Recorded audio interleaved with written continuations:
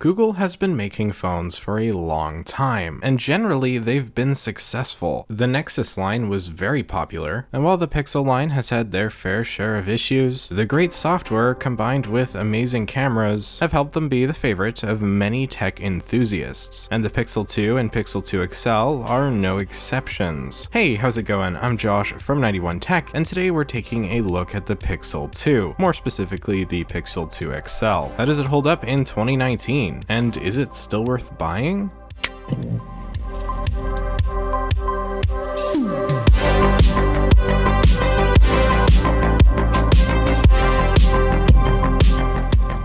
This is the Google Pixel 2 XL. It's a pretty great phone, and wow, what's that on the screen? My Instagram? Wow, you should totally go follow me over at 91_tech on there, as well as Twitter too. That'd be really cool of you. The Google Pixel 2 and 2 XL launched to immediate controversy. Well, the Pixel 2 didn't actually have any controversy. It was fine. The issue was with the Pixel 2 XL, and we'll start by getting that out of the way. The screen has a massive blue tint to it. This is something that can happen with OLED displays, but the 2 XL took it to a whole new extreme. The phone's display is super blue, even slightly off axis, and although it's not bad looking at it straight on, the phone was soured by the viewing angles. And for good reason. This screen is terrible, and the Pixel never should have gone to market with it. But despite that, this is still a great phone, and if you can look past the poor display or even don't mind it, there's a whole lot to like here with the Pixel 2 XL. Also, it doesn't have the insanely ugly notch of the 3 XL, so I consider that a win. Plus, the blue tint has gotten better with software updates and whatnot. And to clarify, when you're looking at this phone straight on, the display doesn't actually look bad. It's high resolution and is really crisp, and while it isn't going to beat any of Samsung displays on their phones or on iPhones or whatever, it's decent enough, and I don't really have too many complaints about it. Again, it's just tilting it a bit off axis. It does go a little bit blue. The smaller Pixel 2 has a display size of 5 inches, while the XL has a full 6 inches. This I'm holding in my hand is the Pixel 2 XL, and as you can see, mine is cracked, so sorry about that,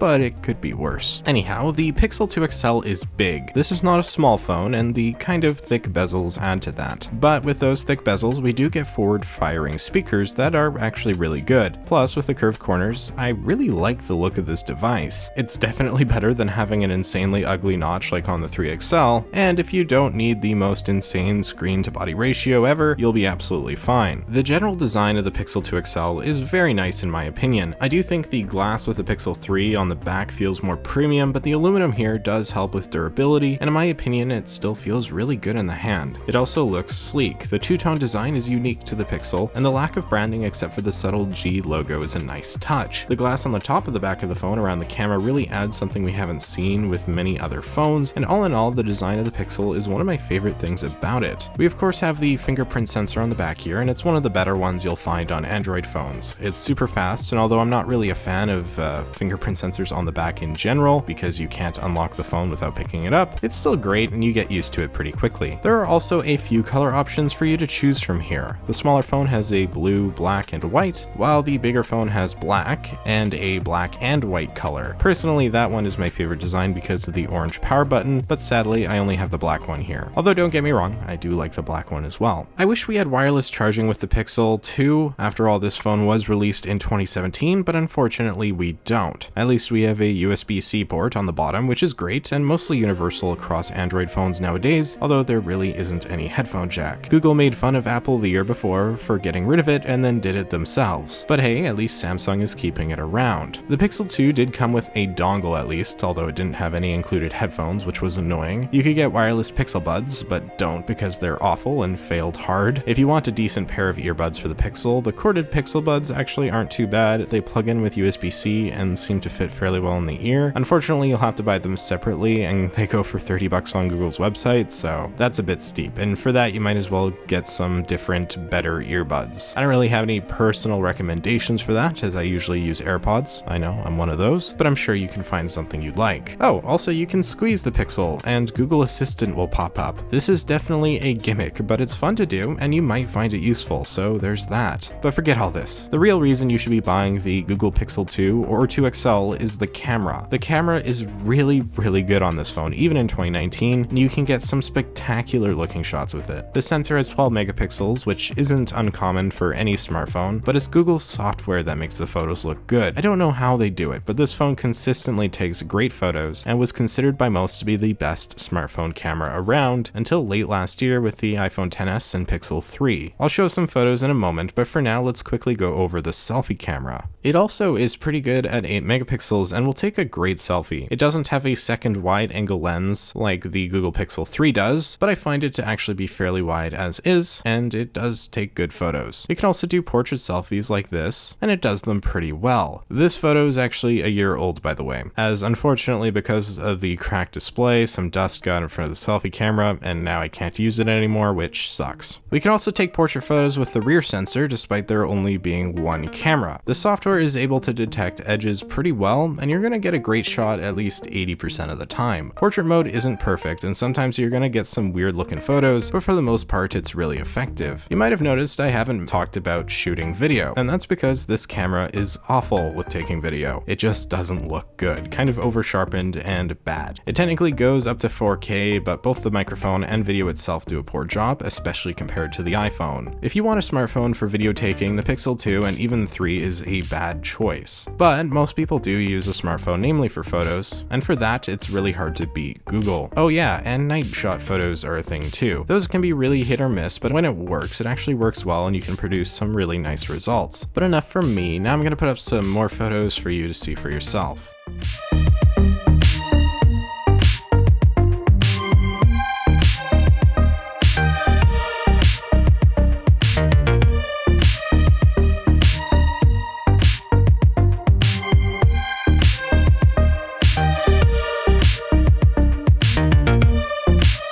It's safe to say that if you want a Google Pixel, it's probably for the camera. It's easily the best quality about the phone, followed closely by the great software, which I'll get into in a moment. But first, battery life. Battery life is pretty decent from my experience, and it should last you the full day. I can't speak for the smaller Pixel, which has a 2700 mAh battery as I haven't used it, but the XL has 3520 mAh, and as long as your brightness isn't insanely high, it does a good job. Spec-wise, the Pixel 2 XL was kind of already not great for late 2017. I mean, it was fine. It has the Snapdragon 835, which was the standard for the year, as well as 4 GB of RAM. This hardware is enough, and luckily because it runs stock Android, it actually feels quite fast. If you're thinking the RAM doesn't seem like a whole lot for an Android phone, you'd be right, but there's no point of going to the Pixel 3 for an upgrade if that's your concern, as it also only has 4 GB. But you're probably not buying the Pixel 2 XL for the absolutely best performance, you're buying it for that camera and stock Android. And stock Android is so